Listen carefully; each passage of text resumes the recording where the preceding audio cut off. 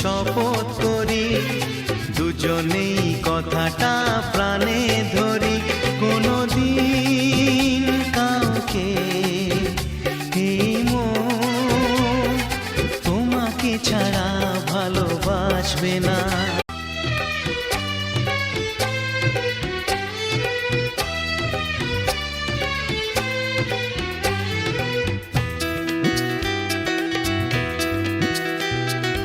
এসো না আজই শপথ করি, দুজনেই কথাটা প্রাণে ধরি।